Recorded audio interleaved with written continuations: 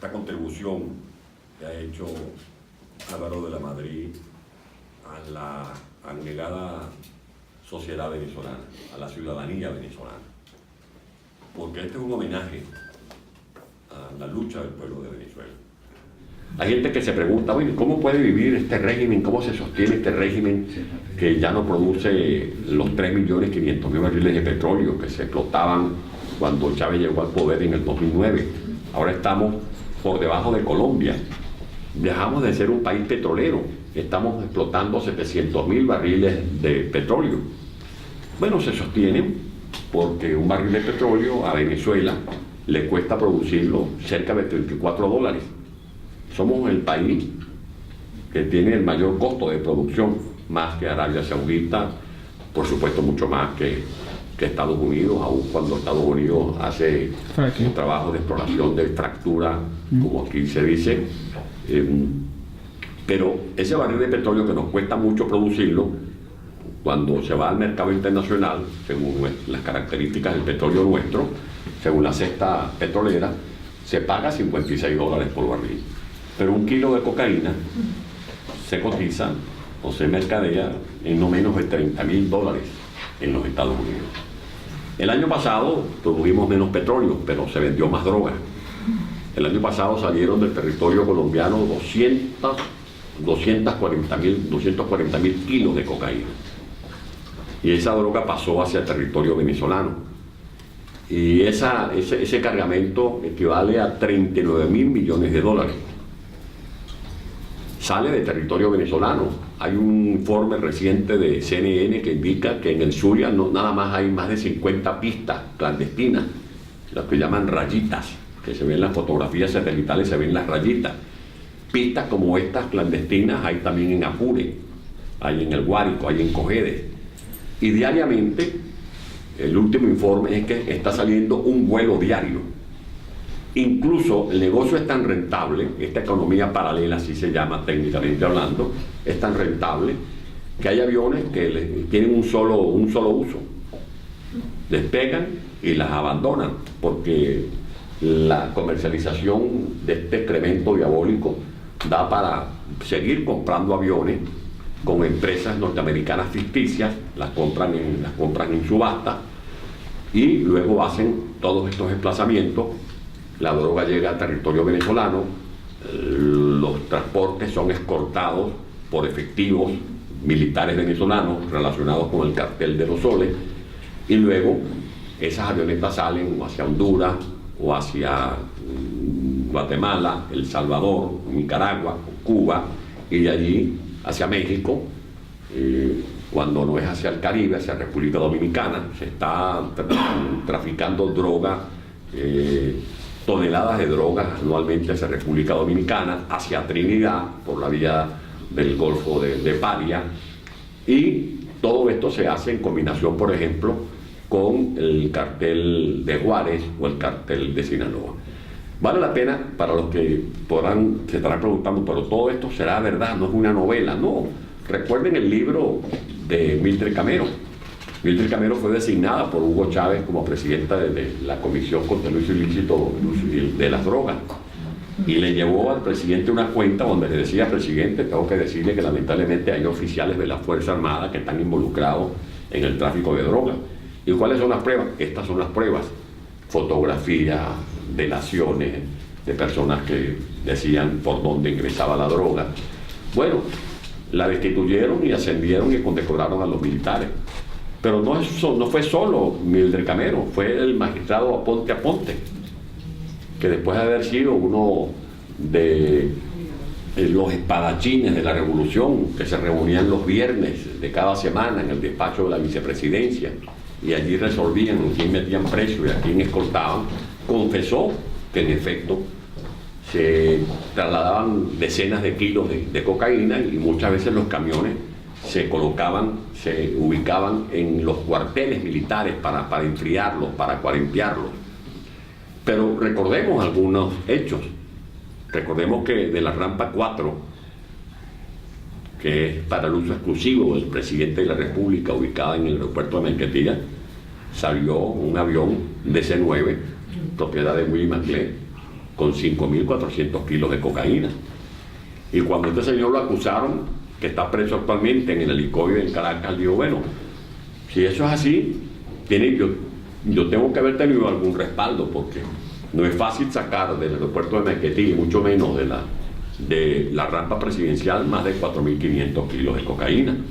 Pero no fue solamente este caso. Recuerden el avión de Air France, con las 39 o 40 maletas, que fue la incautación de droga más grande que ha hecho la policía francesa, que llegó al aeropuerto Charles de Gaulle.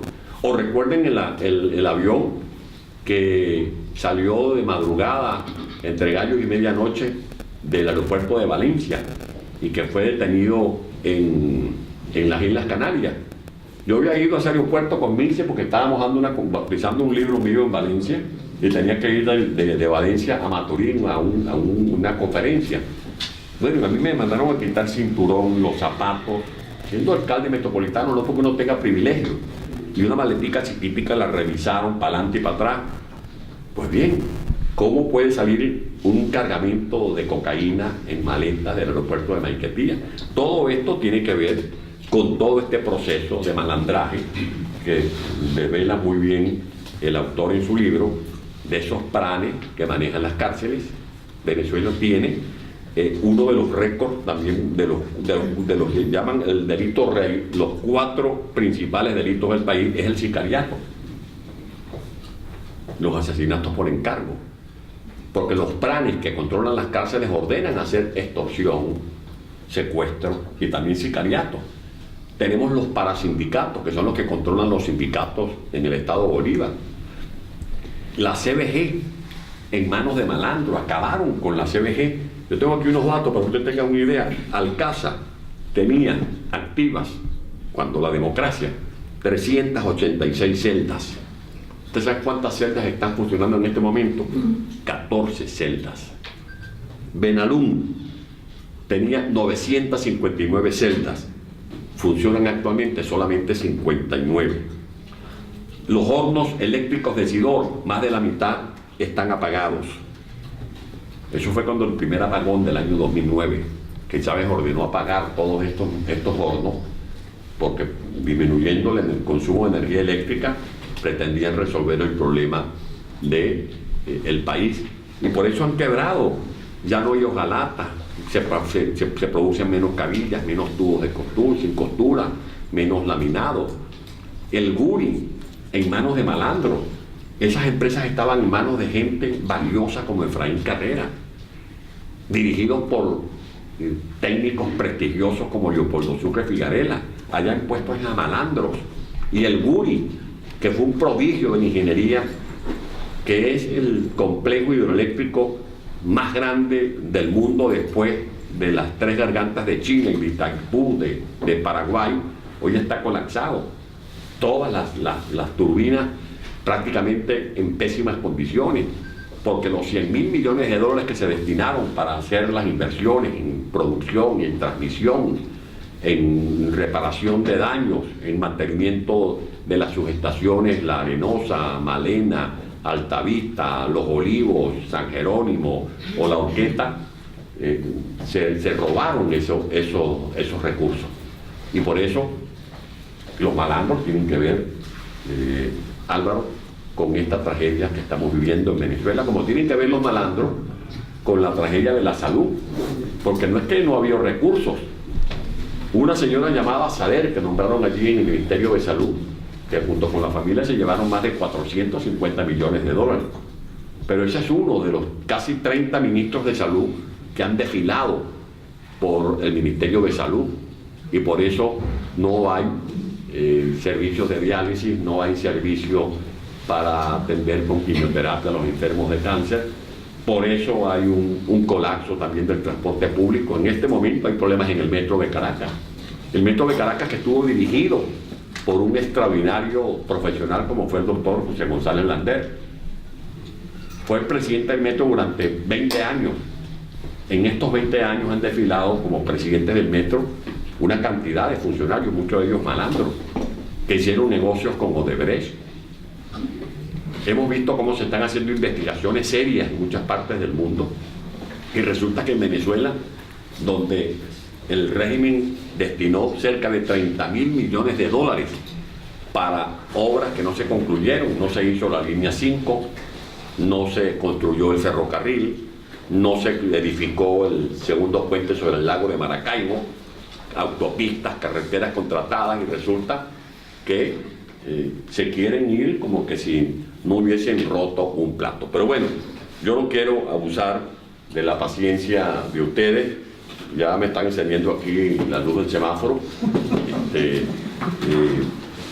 Simplemente justificar con esta introducción por qué este libro, su contenido y por qué se llama Malandro. Porque lo que estamos viviendo en Venezuela es una verdadera tragedia a consecuencia de este malandraje. Quiero decirle que lo que he conversado con el presidente Juan Guaidó es que se mantiene firme la ruta, que primero salir de la usurpación, que es inalterable esa ruta, porque aquí si se alteran los factores, si se altera el producto. No se puede hablar de elecciones mientras estos malandros controlen el Consejo Nacional Electoral. No se puede hablar de elecciones mientras estos malandros controlen el Plan República o sigan controlando la comunicación con base a ese peregrino proyecto de la hegemonía comunicacional. Y además, respetando las opiniones de cada quien, seguimos pensando desde nuestra orilla que están dadas todas las condiciones para que se active el concepto de responsabilidad de proteger en el marco del principio de intervención humanitaria que tiene su fundamento en la doctrina francesa, desde que comenzaron a hablarse de los Médicos Sin Fronteras y después surgió la Cruz Roja, la Luna Llena, la Luna Negra, que no se trata de que nosotros querramos soslayar la soberanía de Venezuela. Ya la soberanía del país está más que agredida. Los cubanos, que son uno de los que se ponen las manos en la cabeza diciendo que no se puede permitir que se atropelle el principio de soberanía de los pueblos, son ellos los primeros especialistas en invasiones. Intentaron invadir nuestro país en dos oportunidades, en 1963 y 1967. La última fue esa, la de Machurucuto, y la democracia los enfrentó, el presidente Betancur, el presidente Raúl Leoni, y ahora retomaron ese viejo esquema y sueño fidelista y nos tienen invadidos. En Venezuela hay más de 40.000 efectivos cubanos, y hay chinos, y hay iraníes, y hay rusos, y hay guerrilleros colombianos, y hay terroristas de Hezbollah. Por lo tanto, lo que estamos planteando es el rescate de Venezuela. Y si bien es cierto, las sanciones han sido eficaces porque han permitido colocar el tema de Venezuela en todos los organismos del mundo, en la agenda de la ONU, en la agenda de la OEA, en la agenda de la Unión Europea. Se ha creado un grupo ad hoc como es el Grupo de Lima y se habla del caso de Venezuela. Las sanciones han sido eficaces y han producido sus resultados, como por ejemplo la idea de hacerle un torniquete al chorro petrolero que le regalaba, que instaló Chávez y Maduro para regalar nuestro crudo a La Habana.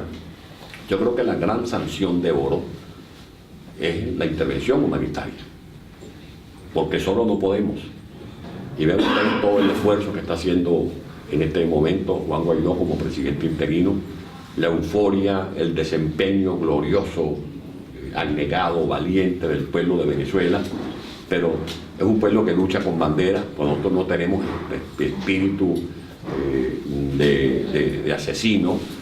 Nuestra alma es una alma bondadosa, dispuesto a dar la vida por la libertad y la democracia de Venezuela, como la dieron los jóvenes en el año 2017, pero estamos convencidos que hoy más que nunca es indispensable que tengamos el apoyo de la comunidad internacional para liberar a Venezuela. Con esta palabra dejo con ustedes a nuestro ilustre autor, escritor de esta obra, el doctor Álvaro Lamadrid, que nació en Buenos Aires, en la provincia de Buenos Aires, en el año 1972, abogado especializado en Derecho Administrativo y Derecho Penal, dirigente de la Unión Cívica Radical.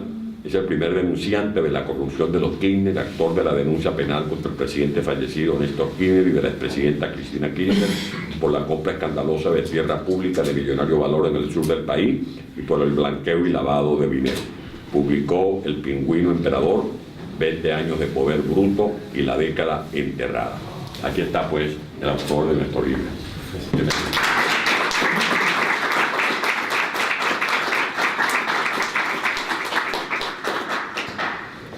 Muchas gracias a todos, muchas gracias a los dueños de la galería, este lugar tan lindo, muy agradecido. Agradecido a todos los presentes, es un placer poder estar en Madrid, y muy agradecido a Antonio Ledesma, no solo por haber escrito el prólogo de este libro, que es un libro que la verdad es un poco la idea de contarle al mundo, ¿no?, lo que ocurrió y lo que sigue pasando en Venezuela. Todo mi agradecimiento a Antonio, a quien tengo una gran estima y valoración, porque en él está, creo, el futuro de Venezuela, en sus acciones, en lo que él ha sido cuando fue alcalde de Caracas, en el coraje, en la valentía que ha tenido. Yo digo que las ideas son muy importantes, pero las ideas no acreditan a las acciones. Es al revés, son las acciones las que acreditan las ideas y sobre todo las buenas ideas. Y Antonio tomó una decisión difícil desde el punto de vista del desarraigo familiar, que fue hacer ese escape, esa salida cinematográfica de Venezuela, para no convertirse en un preso bueno o en un preso cómodo para la dictadura, porque no le reconocía de alguna manera el poder y la decisión de que esa declaración de prisión sea legítima, y siempre se puede hacer algo más. Y él optó por hacer algo que en definitiva dejó claro, a mi modo de ver, que le interesa más su país que su vida, y que quiere más a su Venezuela casi que a su vida con lo que ha hecho. Y desde España, con el apoyo del MIXI, de toda la familia y de los venezolanos, trabaja por la recuperación democrática de Venezuela, y se ha convertido en una voz y en el embajador itinerante más importante que tiene Venezuela en el mundo. Ustedes han visto que ha visitado distintos países intentando explicar lo que ocurre en Venezuela, logrando la ayuda humanitaria, las sanciones, y ha sido recibido en todos los lugares como un jefe de Estado, como si fuera prácticamente el presidente de Venezuela. Así que para mí es un honor que Antonio haya escrito el prólogo y estar aquí con él en este momento. Como bien decía Antonio, mi viaje a Venezuela en mayo del 2017, yo ya conocía el país, había estado antes, se produjo en una circunstancia muy especial. Yo fui a Venezuela a contar lo que nos había pasado a nosotros los argentinos, a contar la tragedia que habíamos vivido los argentinos con el kirchnerismo, y a contar tempranas denuncias penales que había formulado en mi país y que había volcado a libros, a dos libros que lo citó aquí Antonio, El Pingüino Emperador y La década enterrada, donde daba cuenta de la magnitud de la corrupción de la Argentina. Allí decía que el anterior gobierno, el kirchnerismo, había organizado el gobierno para delinquir, que cometía más de un delito por día, que la corrupción que se estaba dando en la Argentina no tenía que ver solamente con una corrupción que se daba fronteras adentro de nuestro país, sino que tenía nexos, vínculos y conexiones internacionales. Tenía que ver con el chavismo, tenía que ver con Venezuela, tenía que ver con la FARC y tenía que ver con el negocio del narcotráfico de los malandros, que se da con ramificaciones en todo el continente y hasta en el mundo, porque la FARC es una multinacional y tiene franquicias en distintos lugares, como bien lo ha explicado aquí Antonio. Y la FARC hace muchísimo tiempo que venían trabajando en un maridaje con Miraflores, y a esa organización delictiva en el tiempo se incorporó el kirchnerismo. ¿Qué le dio el kirchnerismo? Explicaba yo en la Argentina, a esa organización delictiva, una nueva salida de la droga, una salida más de la droga, que es a través del ingreso por Argentina, donde el anterior gobierno hizo un proceso de desradarización y de descontrol adrede para posibilitar la creación de lo que yo denomino las Panamericanas de la droga en América del Sur. La Panamericana es una avenida importante de la Argentina, por eso que lo denomino así, y para que esa droga saliera más allá de todo, como lo explica Antonio bien, en Centroamérica y con el cartel de los Soles, con el cartel de Juárez, con el cartel de Sinaloa, también que saliera por el puerto de Buenos Aires y por los puertos de la Patagonia, para que vía un primer aproximación en el norte de África ingresara después a Europa y a España y demás. Entonces fui invitado a Caracas a explicar esa tragedia y por supuesto cuáles eran los vínculos en esa denuncia penal que yo había formulado, que había llamado la atención, con Venezuela. También había estado en Colombia, había estado en Bogotá y en Medellín explicando esto, porque tenía que ver con este trípode de corrupción: Miraflores, la FARC y el kirchnerismo. Entonces cuando llego a Maiquetía, como bien contaba Antonio, ya el taxista que me recibe, después de pasarlas de Caín para entrar y de tener que hacer todo un protocolo que me permitiera poder ingresar, que fue el primer desafío, ingresar a Venezuela, con mallas, con anteojos, con protector solar, con una reserva de hotel. ¿A dónde va usted? Yo vengo a Tucacas, a las playas. Bueno, en un momento, ¿por qué tiene un traje, un saco y un pantalón? Bueno, hombre, porque en algún momento voy a querer salir a cenar, voy a querer hacer algo. Bueno, toda una cosa muy difícil para la cual estuve muy preparado y pude sortear eso. Cuando me van a buscar, un muchacho que es el que me llevó de Maiquetía al hotel, me da la mano y me dice: bienvenido a la ciudad de los mayores malandros del mundo. Y yo veía, porque mayo del 2017 fue un mes muy duro de la protesta social, casi como había sido en el 2014, donde lamentablemente murieron muchos jóvenes, incluso esos 10 días que yo estuve, no solo en Caracas, sino que estuve en Valencia. Valencia es un lugar muy duro, donde aplican el Plan Carabobo, donde fue el comienzo del Plan Carabobo, que es poder arrestar a los civiles aplicando la justicia militar. Había muchos jóvenes ser arrancados de los pelos, subidos a camiones sin orden judicial, llevados a lugares que no se sabía dónde estaban, peregrinando sus familiares por saber qué había pasado con ellos, primero si estaban con vida y después en qué lugar se encontraban. Una cosa que viene ocurriendo desde hace muchísimos años en Venezuela. Entonces, como decía Antonio, rápidamente me hicieron entrevistas. Y la verdad que yo, con todo lo que viví en la Argentina con el kirchnerismo, uno no es que no ve el peligro o que no sabe qué es el peligro o que se coloca graciosamente en situación de peligro. No se trata de eso. Yo hace muchísimos años aprendí a tomar una decisión muy dura que tuvo que ver con mi vida, es que enfrentar a un poder omnipotente, omnipresente, desbordado, y tomar la decisión de estar dispuesto a sufrirlo, tomar la decisión consciente de todo eso. Entonces, estando en Venezuela, me decía la gente: estamos gobernados por malandros. Como me dijo esa señora Daisy, que llevaba a su hermano en una silla de ruedas: usted tiene que escribir sobre lo que nos pasó, sobre nuestra tragedia. Nos estamos muriendo de hambre, nos están matando a nuestros niños, no tenemos qué comer. Le pido la ayuda y que escriba sobre la tragedia de Venezuela.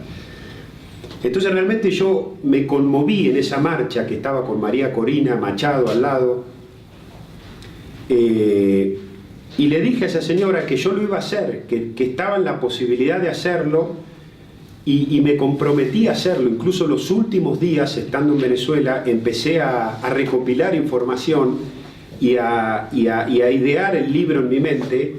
Y créanme que ya tenía el nombre, porque dije: el nombre tiene que ser Malandro. Yo tengo que respetar esta idea de cómo llaman y cómo ven los venezolanos a este gobierno. No me gusta decir gobierno, a estos malandros que están en Miraflores. Así que volví a Buenos Aires y empecé a escribir esta historia. El libro arranca con el Caracazo, cómo se fueron dando las condiciones para que germinara el chavismo, el origen golpista del chavismo, los más de 14 golpes de Estado, los dos más cruentos de del año 92, golpes de Estado que tenían como finalidad asesinar a Carlos Andrés Pérez, cómo el chavismo fue cambiando, digamos, cómo cobró importancia Chávez en uno de esos golpes que fue muy increíble porque fue un golpe televisado, prácticamente no había sucedido eso en el mundo, fue un golpe que fue seguido casi que en vivo, y cuando él lo apresan se da vuelta y mirando la cámara dice: hemos fracasado por ahora en una acción que le terminó dando, digamos, alguna popularidad, y con el posterior indulto de Rafael Caldera empieza el chavismo a ver la posibilidad de actuar electoralmente, y así se explica su llegada al poder en el 99. Pero el chavismo, como bien decía Antonio, siempre ha sido un partido militar. La mayoría de sus gobernadores, de sus alcaldes, de sus legisladores, de sus ministros, de sus funcionarios, siempre han sido militares.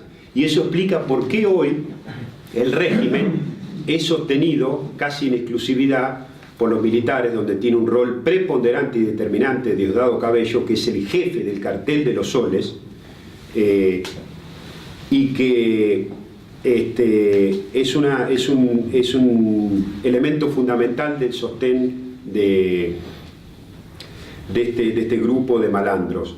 Pero Venezuela es inexplicable porque hay pocos gobiernos en el mundo en el cual todos sus principales funcionarios son perseguidos y buscados por la justicia internacional por haber cometido no solo delitos de lesa humanidad, sino también por ser asesinos, narcotraficantes, socios de terroristas. Y no hay en el mundo donde todos los integrantes de un gobierno, uno por uno, cada uno de ellos, se encuentre en esta situación. Por eso que el mundo tardó en entender lo que ocurría en Venezuela. No se trataba solamente de un gobierno que había cercenado la libertad, que había conculcado los derechos de los ciudadanos, que había terminado con la libertad de prensa, que había terminado con la posibilidad de disputar el poder, que es uno de los elementos vitales de una democracia. Es decir, cuando hay democracia en un país, cuando la disputa del poder está garantizada con niveles de legitimidad, es decir, cuando el poder puede ser disputado. No solamente eso ya no se podía dar en Venezuela, con elecciones que eran farsa y cada vez lo fueron siendo más, sino que pasaba otra cosa en el mientras tanto.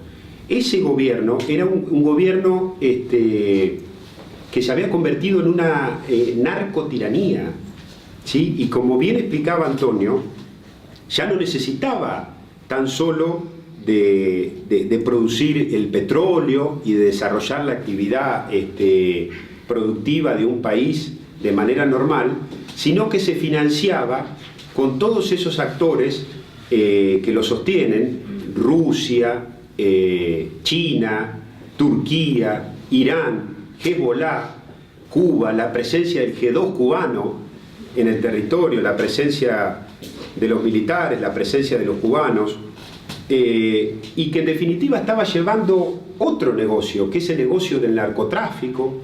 Pero no es solamente eso, es el negocio del oro, como dice Antonio, es el negocio del coltán, es el negocio de las esmeraldas, ¿sí? Y eso explica cómo en ese latrocinio y en ese saqueo que vivió el pueblo venezolano, por eso el subtítulo del libro es La tiránica banda mafiosa que secuestró a Venezuela. Es decir, el pueblo de Venezuela se encuentra secuestrado por quienes están en Miraflores. Y esto es lo que ocurre, es único e inédito en el mundo, y es único e inédito en el mundo lo que ocurrió con los venezolanos caminando por Latinoamérica, llevando problemas, no porque sean un problema ellos, lo aclaro, porque son bien recibidos, y sobre todo en mi país, y ellos están muy a gusto y nos reconocen la ayuda que les damos, y ven en la Argentina un socio en su lucha por la libertad, pero que han llevado caminando nuevas agendas políticas a esos lugares, algunos donde ha germinado la insolidaridad, otros donde la respuesta ha sido otra, pero que en definitiva han originado una situación que terminó dando una conciencia del problema que se está viviendo. Y lo que ocurrió y lo que ocurre en Venezuela es una falla de la humanidad. Es decir, los seres humanos a través de la política hemos encontrado la forma de construir la humanidad, porque la política tiene que ver con eso. La política tiene que ver a lo largo del camino y de los años y de las conquistas sociales que se fueron dando en el mundo, donde cada una de esas conquistas está cimentada sobre montañas de cadáveres de gente que ha luchado para llevar adelante esas conquistas. La división de poderes no surgió en el mundo cuando el poder graciosamente quiso otorgar esas facultades. Es cuando se vio acorralado y tuvo que, para garantizar su permanencia, generar la división de poderes. Es decir, las conquistas laborales no se dieron graciosamente porque el empresariado de un lunes para un martes quiso mejorar las condiciones de vida de los trabajadores.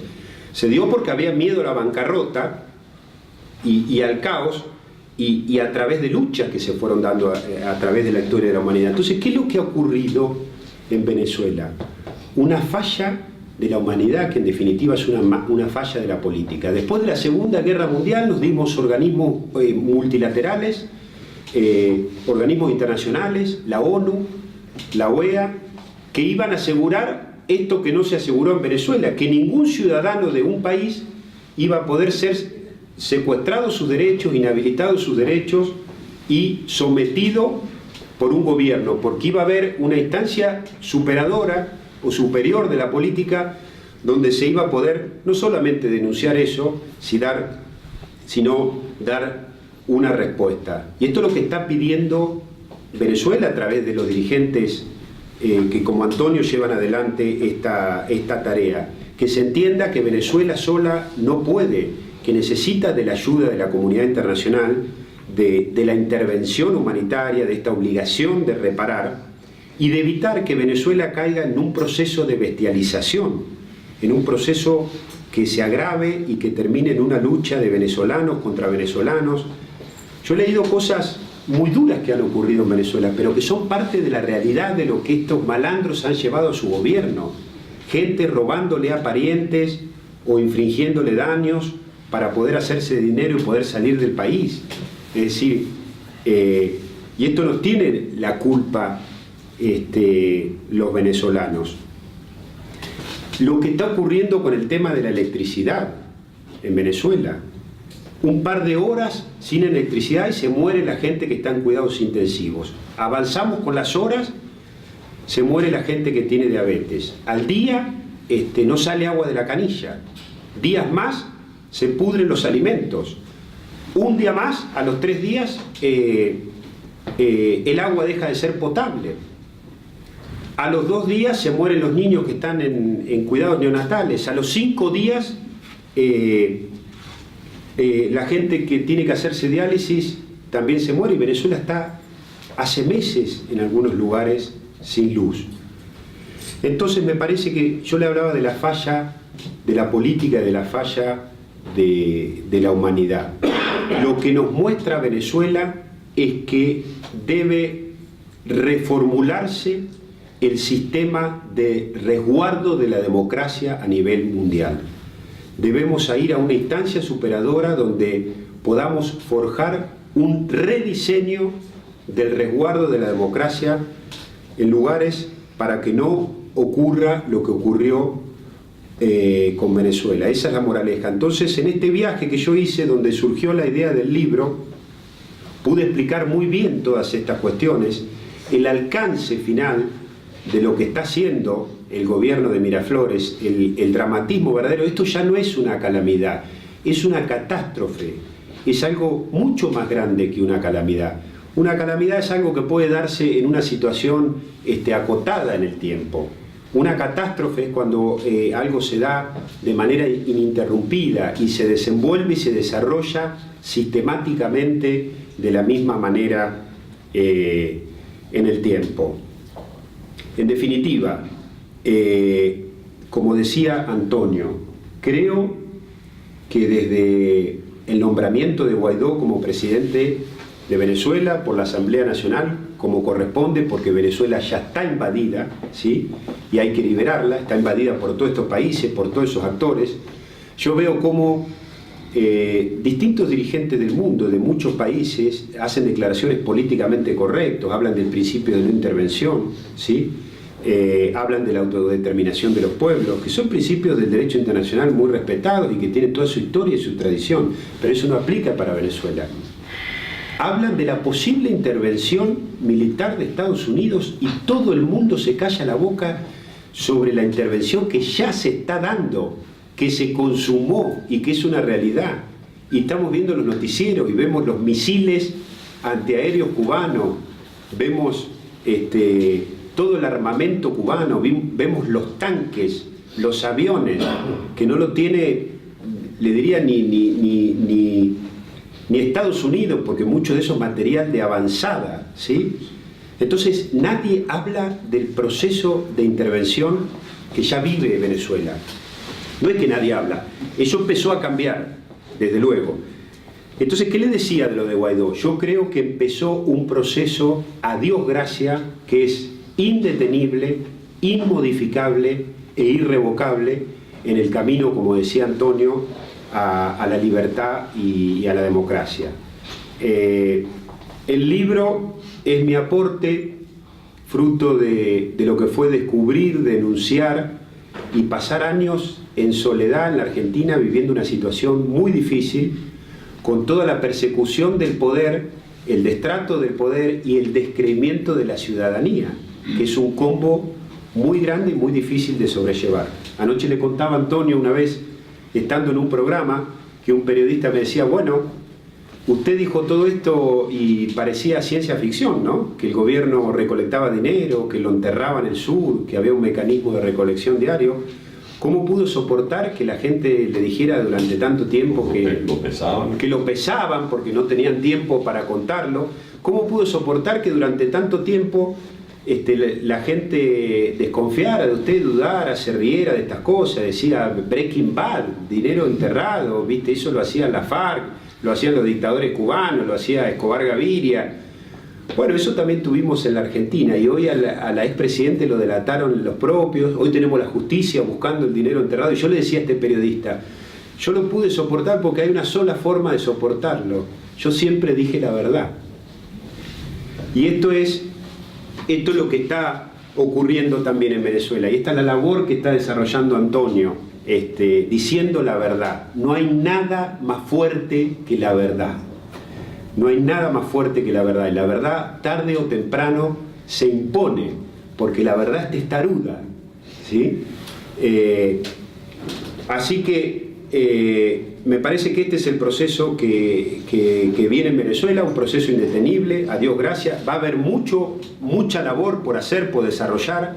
Maduro quiere que Venezuela hoy en día se convierta en Siria, es decir, en un lugar donde hay una inestabilidad estable, de alguna manera, a eso aspiran, y eso es lo que tenemos que impedir. Venezuela ya tiene amigos en el mundo importante, la Comunidad Económica Europea, Canadá, las principales democracias occidentales, los países más importantes de Latinoamérica, el Grupo de Lima. Entonces este proceso ya ha avanzado. Nosotros vamos a seguir alzando la voz, vamos a seguir haciendo estas presentaciones con Antonio, y en definitiva ese es el camino, hacia que Venezuela vuelva a ser lo que fue, un faro de democracia en el mundo, que cobijó a tantos argentinos en la época oscura de la dictadura, y que vuelva a ser ese gran país potente y pujante, que está lleno de riquezas, que no es solamente el petróleo, que es el oro, el coltán, la esmeralda, el urano, las playas naturales, esos valles, un país lleno de cereales, con todas las posibilidades, con una belleza natural única. Y ese es el camino. Como argentino, el libro y el estar hoy aquí es una muestra y un símbolo de apoyo de lo que nuestro país está haciendo por Venezuela. Así que les agradezco a todos y espero que les guste el libro, a quienes lo puedan leer, y muchísimas gracias.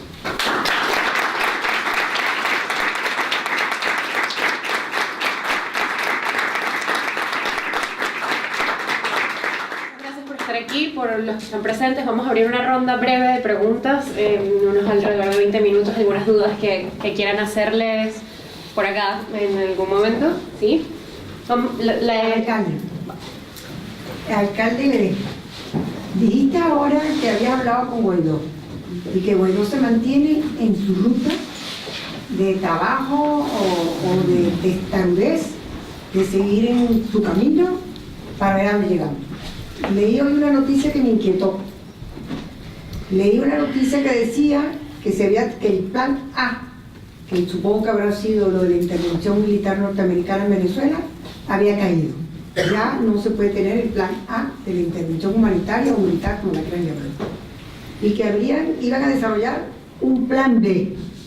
Me gustaría, si tuvieras información sobre ese tema, que nos dijeras algo, porque desde luego que las alitas del corazón se me fueron.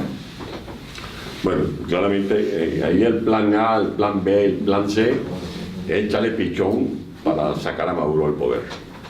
Y para tranquilidad de todos, hoy hay una declaración del señor Elliot Abrams, hay una declaración del señor Bolton, el secretario de Estado, ratificando que no habrá elecciones ni avalarán elecciones hasta que no se ponga definitivamente cese a la usurpación.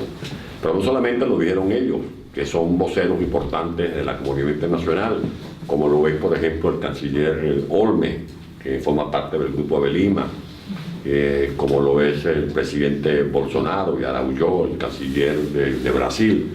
Es que el mismo Guaidó, sin mayores demoras, les abrió el paso a cualquier juego imaginativo que de buena fe, digamos, esté pensando en un escenario electoral que voltearía la tortilla, explicándolo con términos ya precisos, que ya no sería el mantra que ha difundido y que nos hemos aprendido todos como si tuviéramos una escuelita, fin de la usurpación, gobierno de transición y elecciones libres. Allí que lo que está planteado es seguir luchando para que en Venezuela hayan elecciones libres, pero una vez que salgamos de Maduro y de su camarilla, porque esos malandros que controlan el Consejo Nacional Electoral nunca van a realizar elecciones limpias, y ya eso está más que demostrado.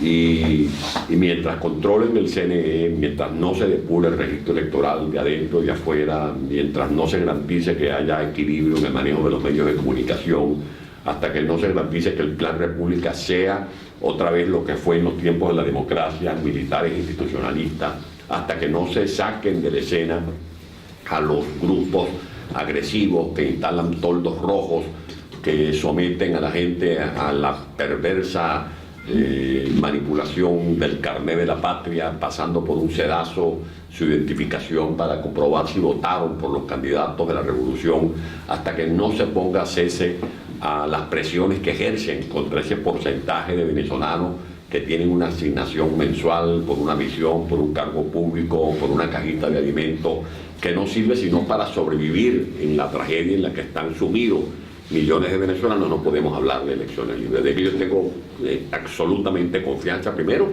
en lo que está haciendo Juan Guaidó. Y cuando sienta que no lo está haciendo bien, se lo diré.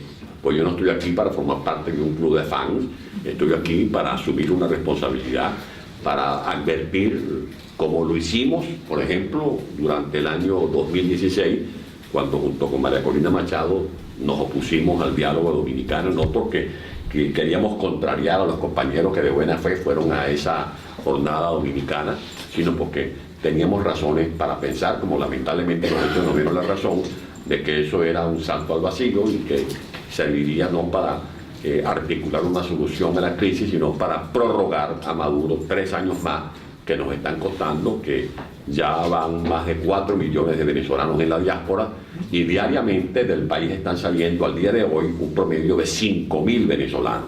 Si no salimos de estos malandros, tendremos a finales de este año 1 millón más de venezolanos en la diáspora. Por eso Venezuela no tiene más tiempo que perder. La comunidad internacional está obligada a ayudarnos. No esperemos que se va a anunciar como que promueve los cuadros que están en una galería por los medios de comunicación, cuando se va a ejecutar una intervención, pero estoy seguro que en la comunidad internacional está prevaleciendo la idea de que esa intervención humanitaria es inevitable.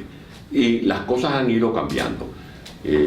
Cuando comenzamos nosotros a hablar de esta tesis de la intervención humanitaria, gracias, por ejemplo, al apoyo que me dio el profesor Jesús Abrado Troconi, toda la documentación que yo llevé al despacho del presidente Macron en París en marzo del año pasado, mucha gente nos veía como que si estábamos planteando algo que no iba a tener ascendencia en distintas instituciones.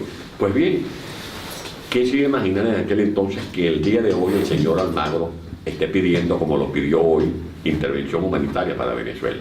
¿Quién se iba a imaginar que el presidente Lenín Moreno, la mano derecha del presidente Correa de Ecuador, que el año pasado, mientras yo pedí intervención humanitaria, me respondió que lo pertinente era un diálogo, al día de hoy ha desempolvado la doctrina Roldós, que fue un planteamiento que hizo el presidente ecuatoriano en 1980 en Riobamba, donde habla de la preeminencia de los derechos humanos sobre el manido principio de la autodeterminación de los pueblos. O sea, ha venido cambiando el escenario, y no solo es en la OEA, es también en la Organización de Naciones Unidas, porque allí nació el concepto de responsabilidad de proteger, a proposición de Kofi Annan, un 20 de septiembre del año 2005, debate que venía dándose desde el año 2001, después de que acusaron punzadas de conciencia los líderes del mundo que mientras estaban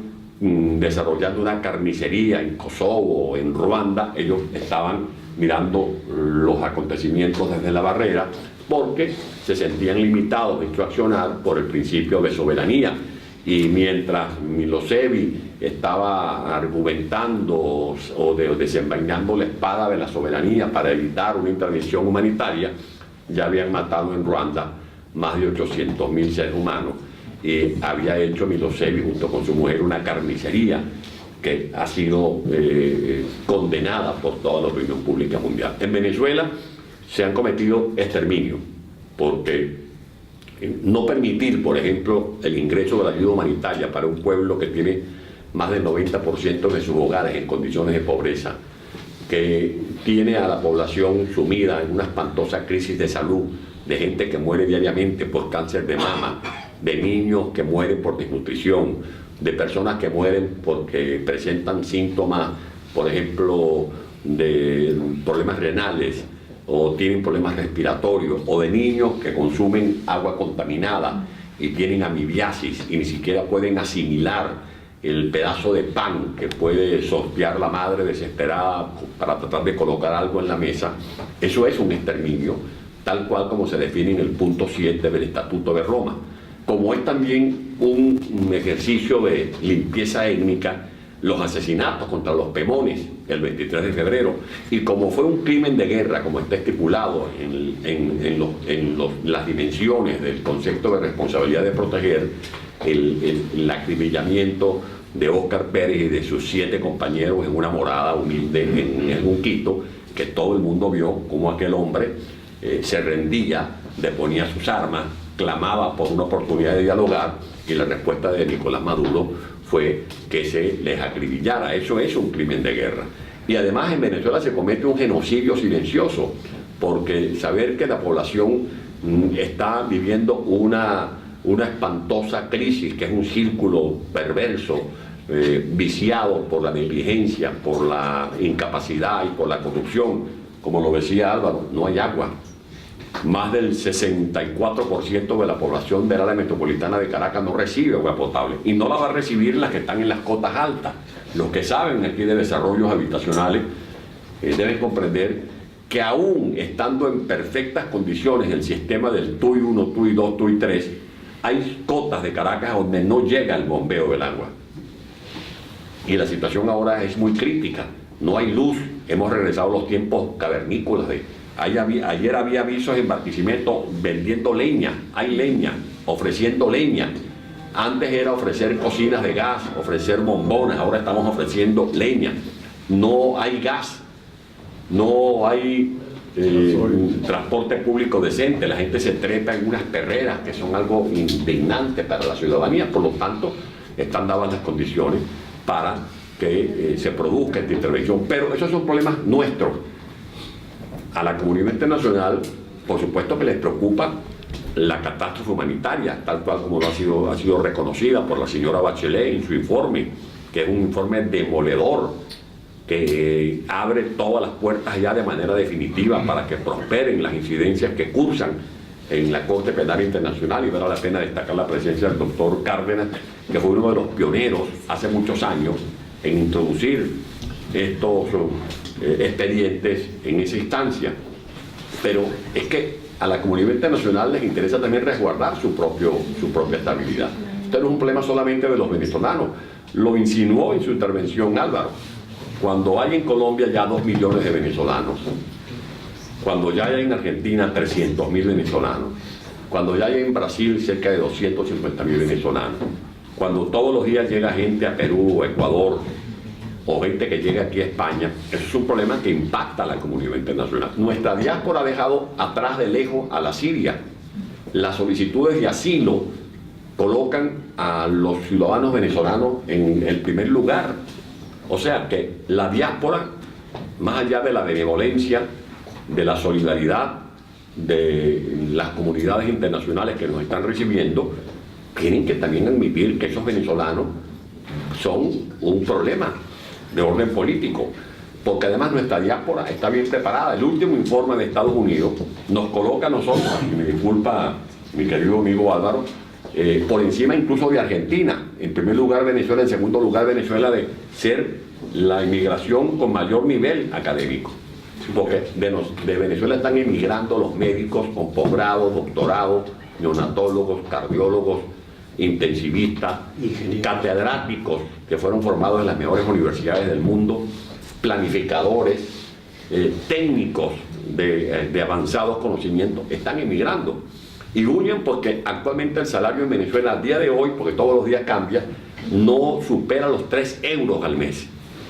No son ni siquiera salarios de sobrevivencia, no son ni siquiera salarios paupérrimos. Habrá que buscar una nueva denominación, porque son ingresos que están por debajo de los ingresos de los trabajadores en Cuba o en Haití, que ya es bastante decir. Por lo tanto, cuando en Venezuela se sabe que más del 60% de la cocaína que llega a Europa es cocaína que sale de Colombia y pasa por Venezuela, cuando a Estados Unidos estamos invadiendo la de cocaína que sale de Colombia, en esa operación con Evo Morales, con el territorio peruano y luego a Colombia y luego a Venezuela, cuando se sabe que hay tentáculos de Hezbollah, lo dijo ayer el señor Bromfield, y dijo que es un problema de los Estados Unidos y que donde estén los van a buscar. Yo no descarto operaciones en las que de una u otra manera los organismos que tienen que resguardar la seguridad del mundo, porque es la seguridad de cualquier ciudadano que esté ingresando en un metro en París o en un metro de Inglaterra, o que esté en un centro comercial de Berlín, de todas estas andanzas de los grupos terroristas que son amparados por el régimen de Venezuela.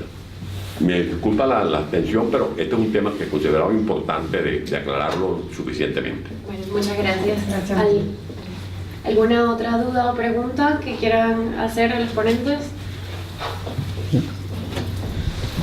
Dos preguntas a ti, Álvaro. La primera es que se dice mucho de la intervención, pero ahí está el caso de Cuba, ¿no? Son 60 años y sigue indemne, ¿no? ¿Es posible que Venezuela sea otra Cuba? Porque en efecto ya lo es, incluso peor, ¿no? Y la segunda es con respecto a Argentina. Ya los Kirchner tienen unos 3, 4 años fuera del poder y sin embargo la situación parece que va peor, aún con Macri, ¿no? Muchos paisanos que están allá muestran preocupación, ya están pensando incluso en otro destino debido a la inflación que está creciendo en Argentina. Quiere decir que en el caso de Venezuela, donde las condiciones son peores de lo que hizo el kirchnerismo en Argentina, ¿cuántos años crees tú que nos puede tomar alcanzar la estabilidad una vez derrocado el chavismo? Bueno, la primera, si Venezuela se puede transformar en una Cuba, yo creo que ese es el deseo de los cubanos. Los cubanos quieren que Venezuela sea otra Cuba porque ellos tienen sus intereses allí y están viviendo de alguna manera con Venezuela, con la cantidad de barriles diarios que reciben en la paupérrima producción actual que tiene Venezuela, que como explicó bien Antonio, ha dejado de ser un país petrolero para pasar a ser en todo caso un país con petróleo, que es la categoría inferior, ¿no? Y que, como bien señaló Antonio, ya lo ha superado Colombia en la producción. Es decir, y esas son las cosas que genera el régimen chavista, es decir, en esa situación de calamidad se privilegia la cuestión de Cuba y se le mandan los suficientes barriles de petróleo para que no solamente cubran sus expectativas y necesidades, sino también para que tengan un remanente para exportar.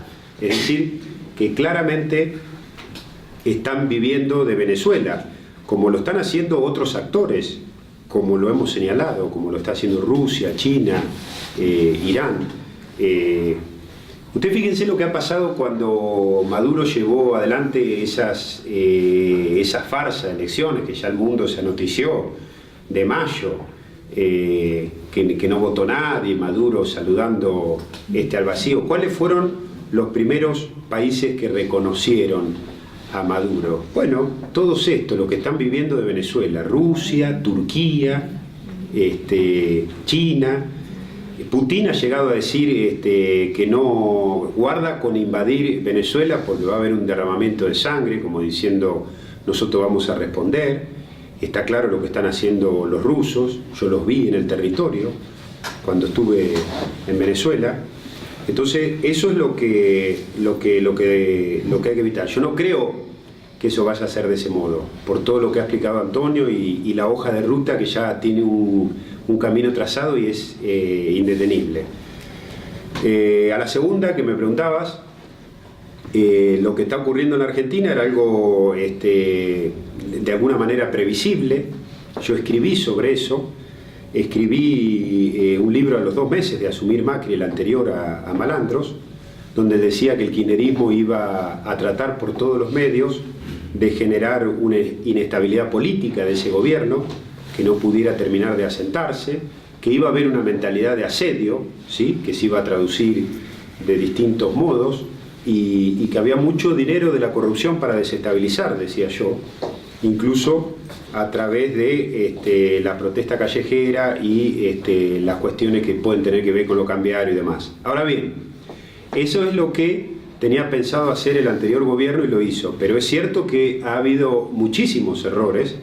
Hubo un manejo irresponsable de la crisis que recibió el gobierno, no se le avisó al pueblo el estado general en el cual se encontraba el país, no se concientizó de la gravedad de la situación en cuanto a lo que había ocurrido y de alguna manera hubo decisiones económicas que fueron desprolijas, que fueron malas, que tuvieron un impacto negativo. Esta es parte de la realidad.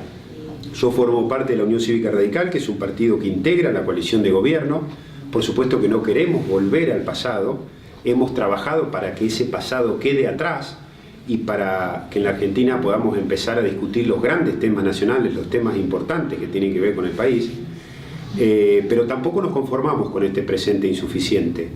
Sabemos que hay muchas cosas que cambiar y así lo ha hecho, lo ha marcado el partido, lo ha señalado y ha pedido un cambio en la política y en eso estamos. Los argentinos nos tenemos que arreglar solos. La verdad que si hoy se está hablando de que la expresidenta no solo que pueda ser candidato, sino que pueda llegar a tener chance de ganar la elección, siendo una expresidente que tiene 13 procesamientos y 5 de ellos con pedido de prisión preventiva y orden de arresto, y que pudiera tener una buena performance electoral, no habla solamente muy mal del gobierno, sino que habla muy mal de nosotros los argentinos, ¿sí? Una sociedad está en crisis cuando se ha olvidado de vivir a la altura de sus posibilidades y cuando se ha olvidado de alguna manera de exigirle a su gobierno conforme le corresponde. Entonces, nosotros tenemos que crecer como sociedad en la Argentina, tenemos que dejar de manejarnos como individuos para pasar a ser ciudadanos y tenemos que dejar la primaria, tenemos que dejar la adolescencia como ciudadanos y hacernos cargo de nuestro destino. no hay salvadores. Argentina no se va a salvar porque venga ningún salvador, ni ninguna persona que nos saque. Somos nosotros argentinos que con la prepotencia de trabajo y volviendo a confiar en nosotros mismos vamos a salir adelante. Y a la última, porque hubo 3, que me preguntaste qué iba a pasar con Guaidó, cómo veía el proceso. Yo tengo mucha esperanza, ya no se puede volver atrás, ¿sí? Lo que sí sé es que puede pasar un tiempo más todavía, que pueda haber